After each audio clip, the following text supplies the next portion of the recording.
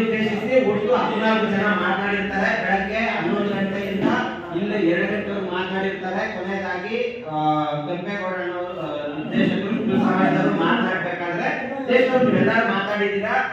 ನಾನು ಒಂದು 5 ನಿಮಿಷ ತಗೊಳ್ತು ಒಂದು 5 ನಿಮಿಷ ಕುತ್ಕೊಳ್ಳಿ ಅಂತ ಹೇಳಿದ್ದಕ್ಕೆ ಆದ್ರೆ ಕೃಷಿ ಸಮಾಜದ ಇದು ಕೃಷಿ ಸಮಾಜದ ಇದು ಸಭೆ ರೈತರ ಎಲ್ಲ ಮುಖಂಡರು ಕರೆಯಲಾಗಿತ್ತು.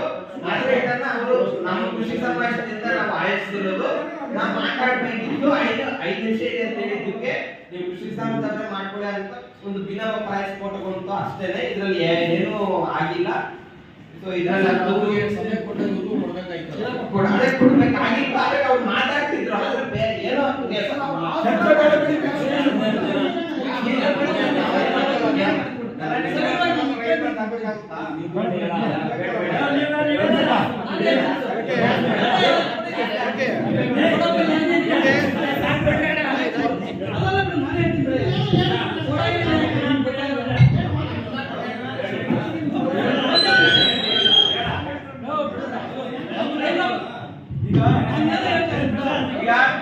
ಸಭೆಗೆ ಆಗಮಿಸಿದ್ದ ಎಲ್ಲ ರೈತ ಮುಖಂಡರಿಗೂ ಧನ್ಯವಾದಗಳನ್ನು ಅರ್ಪಿಸುತ್ತೇನೆ.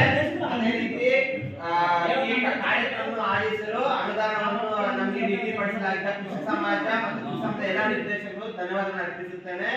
ಅದೇ ರೀತಿ ಲಾಭಿಸಿದಂತ ಎಲ್ಲ ರೈತ ಮಿತ್ರರಿಗೆ ಹಾಗೂ ರೈತ ಬಾಂಧವರಿಗೆ ಕೇಂದ್ರ ಬಿಂದುವಾಗಿದ್ದಂತ ರೈತರಿಗೆಲ್ಲರಿಗೂ ಧನ್ಯವಾದ ಅರ್ಪಿಸುತ್ತೇನೆ. ಅದೇ ರೀತಿ ಎಲ್ಲ ಅರೇಂಜ್ಮೆಂಟ್ಸ್ ಮಾಡಕ್ಕೆ ನಮ್ಗೆ ಅವಕಾಶ ಮಾಡಿಕೊಟ್ಟ ಶ್ರೀಶಕ್ತಿ ಸಂಘದವ್ರಿಗೂ ಧನ್ಯವಾದ ಅರ್ಪಿಸುತ್ತೇನೆ. ಅದೇ ರೀತಿ ಏನ್ ನಡೀತದೆ ಅದನ್ನೆಲ್ಲರನ್ನು ಕಂಪೇರ್ ಮಾಡಿರುವಂತ ಮಾಧ್ಯಮ ಮತ್ತು ಪತ್ರಕರ್ತರಿಗೂ ಧನ್ಯವಾದ ಅರ್ಪಿಸುತ್ತೇನೆ. ಎಲ್ಲರೂ ನಾಳೆ 7 ಗಂಟೆಗೆ ಸಾವಯವ ಮತ್ತು ಸಿರಿಧಾನ್ಯಗಳ ವಾಕಥಾನ್ ಇದೆ, ಎಲ್ಲರೂ ಭಾಗವಹಿಸಬೇಕಂತ ಹೇಳಿ ಕೋರ್ಕೊಳ್ತೀನಿ. ಅದೇ ರೀತಿ ಇವತ್ತು ಹೇಗೆ ಸಹಕಾರ ನೀಡಿದಿರೋ ಅದೇ ರೀತಿ ನಾಳೆನೂ ಸಹಕಾರ ಕೊಡಬೇಕು ಅಂತೇಳಿ ಎಲ್ಲ ರೈತ ಸಂಘದವ್ರನ್ನ, ಸಮಾಜದವ್ರನ್ನ, ರೈತ ಮಿತ್ರರನ್ನ, ರೈತ ಮುಖಂಡರನ್ನು ಹಾಗೂ ಪತ್ರಿಕಾ ಹಬ್ಬವನ್ನು ಆಚರಣೆ ಮಾಡಿದ ಸಂದರ್ಭದಲ್ಲಿ ಏನಿವತ್ತು ಕೃಷಿಕ ಸಮಾಜದ ಉದ್ದೇಶದ ಮುತ್ತೂರು ಕೆಂಪೇಗೌಡರು ಮಾತಾಡಬೇಕಾದ್ರೆ ನಮ್ಮ ರೈತ ಮುಖಂಡರೊಬ್ಬರು ಮಾತಾಡೋದು ಸಾಕು ನಿಲ್ಲಿಸುವ ಸಮಯ ಆಯಿತು.